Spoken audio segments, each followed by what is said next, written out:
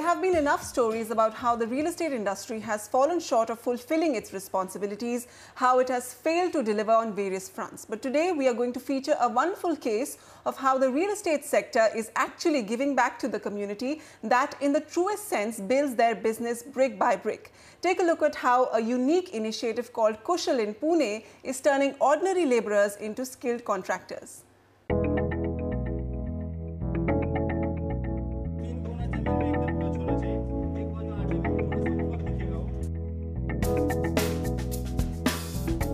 It's time for the morning lesson for these construction workers. At Pune's Kushal training program, these construction workers get to learn while they earn. Here, unskilled labourers are trained across 6 trades that include bar bending, shuttering, masonry, tiling, plumbing and painting. The Kushal program till now has skilled and certified over 18,000 workers across Pune, Goa and Chennai, and in the process rebuilt many lives, like that of Shankar Shinde. Originally a painter, he is today a full-fledged contractor leading a whole team and clocking an annual turnover of 80 lakhs. कुशल में मेरे को कारागिरी कैसा किया जाता है, सुरक्षा कैसा संभाला जाता है और खुद का सेविंग कैसा करने का, आगे कैसा बढ़ने का, ये कुशल ने सिखाया. Then there are others who after the training became trainers themselves. मुझे टीचर बनने से बहुत गर्व महसूस होता है क्योंकि मैं पहले एक वर्कर था और सब लोग मुझे वर्कर के हिसाब से देखते थे, लेकिन आज जो मैंने उस समय ट्रेनिंग लिया था तो अच्छा लगा कुशल कंपनी को, तो उन्होंने मुझे कुशल के ट्रेनर के लिए सपोर्ट किया और मुझे ट्रेनर बना दिया, तो आज मैं एक टीचर हूँ. According to Kushal, which is a partnership project between CREDAI Pune and the National Skill Development Corporation, the most measurable outcome of their success is the rise in wages of the trained workers and their financial inclusion into the banking system.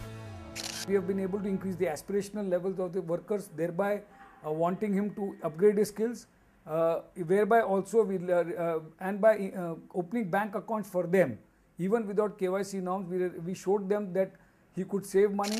The Kushal initiative in Pune is, however, just a drop in the ocean.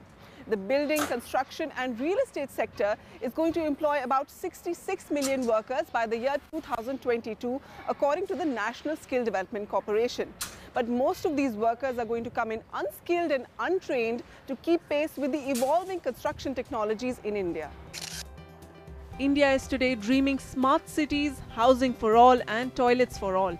But most will remain just plans on paper unless we start paying attention to skill development in the construction sector.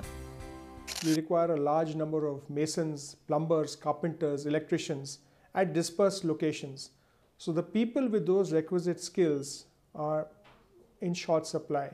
In addition, the people who can supervise those people to do that are further in short supply, and the entire management of the ecosystem is lacking. Developers claim today they function at just 55% of their efficiency levels because of the unreliable supply of labour and contractors.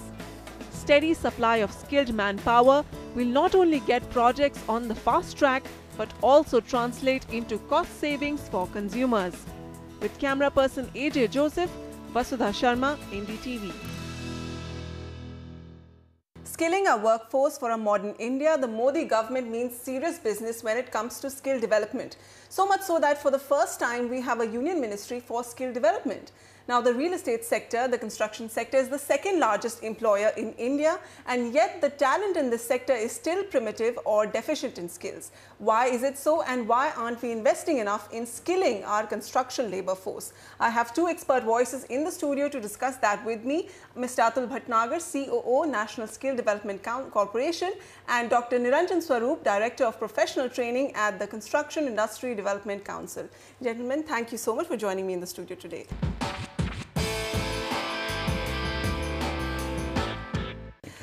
Mr. Bhatnagar, starting with you, you're representing NSDC here, and we saw such a wonderful example of a successful public-private partnership. Can't we replicate this on a pan-India basis? What will it take to do that? Well, we already have a pan-India presence with our training partners, which is NSTC. And we can definitely look at more such participation of the private sector, especially with the CSR coming in.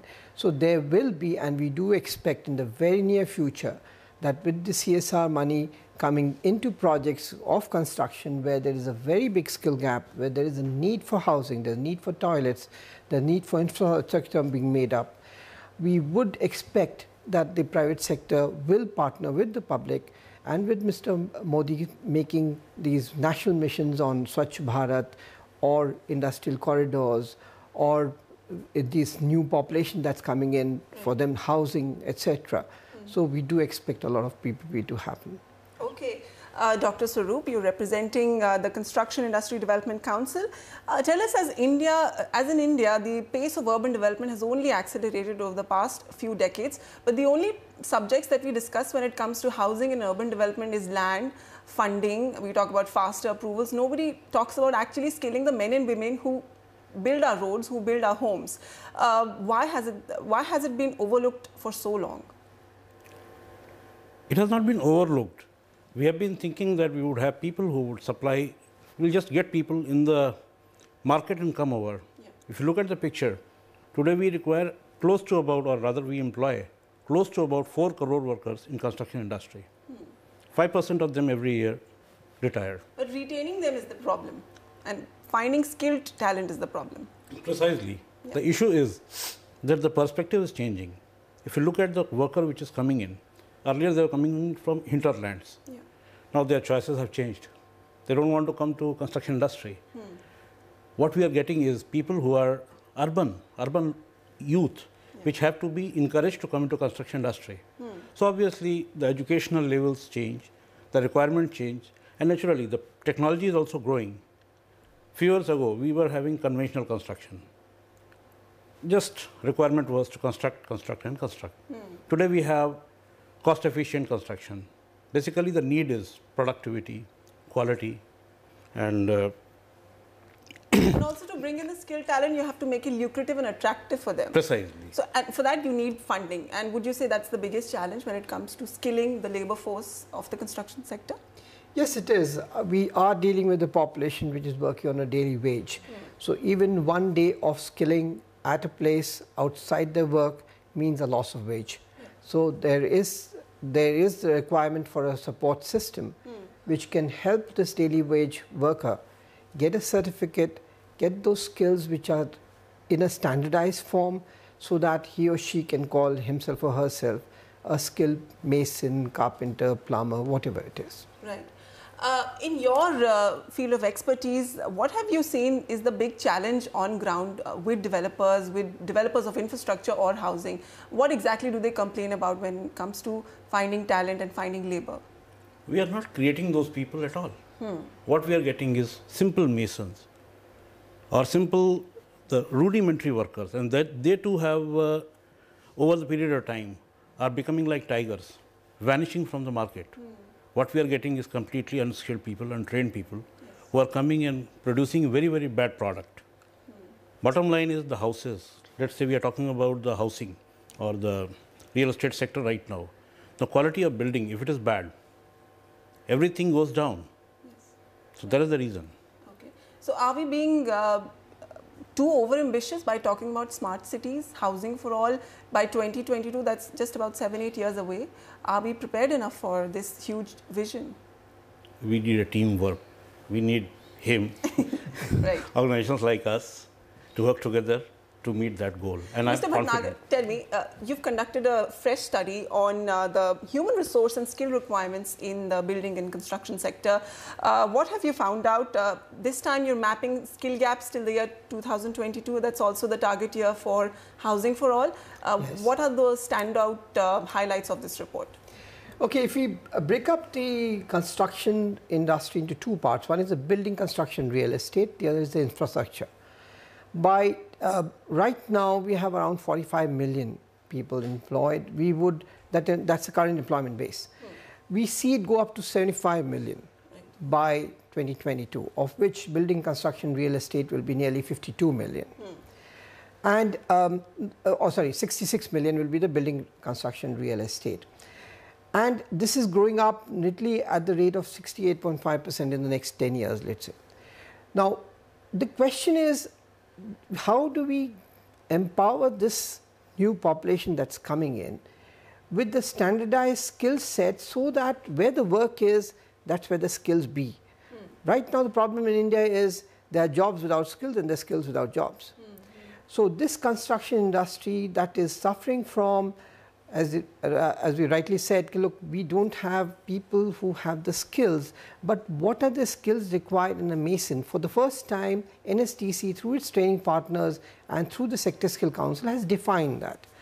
And once you know what the job role of a mason is and what are the competencies required, then the people who are going to hire those masons, whether it's a contractor or it's a person in an individual capacity, the output is, and the output will be productive, it will be measurable, and you can then get projects done in time. The other thing that India is suffering from is projects overrunning and therefore the cost becoming more, and that's a wastage. Nearly, I'm told $80 billion are spent because of cost overruns, and by 2017, we'd be able to save that amount of money if we do this skilling and we get this right.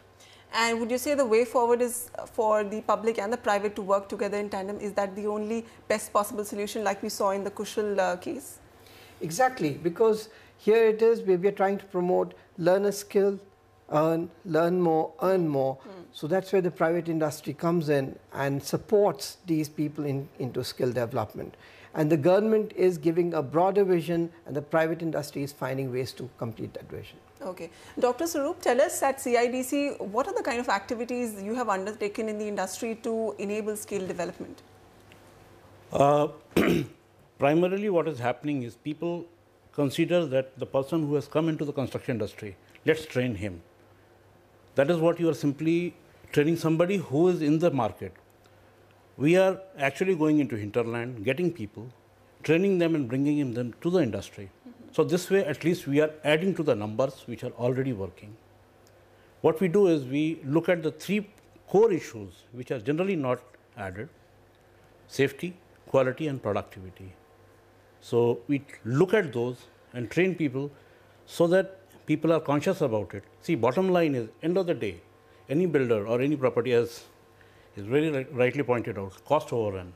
The cost overrun will come because the time will overrun. And time will overrun because these three things will not be seen. We are trying to control that by our training and bring the people around that. Okay.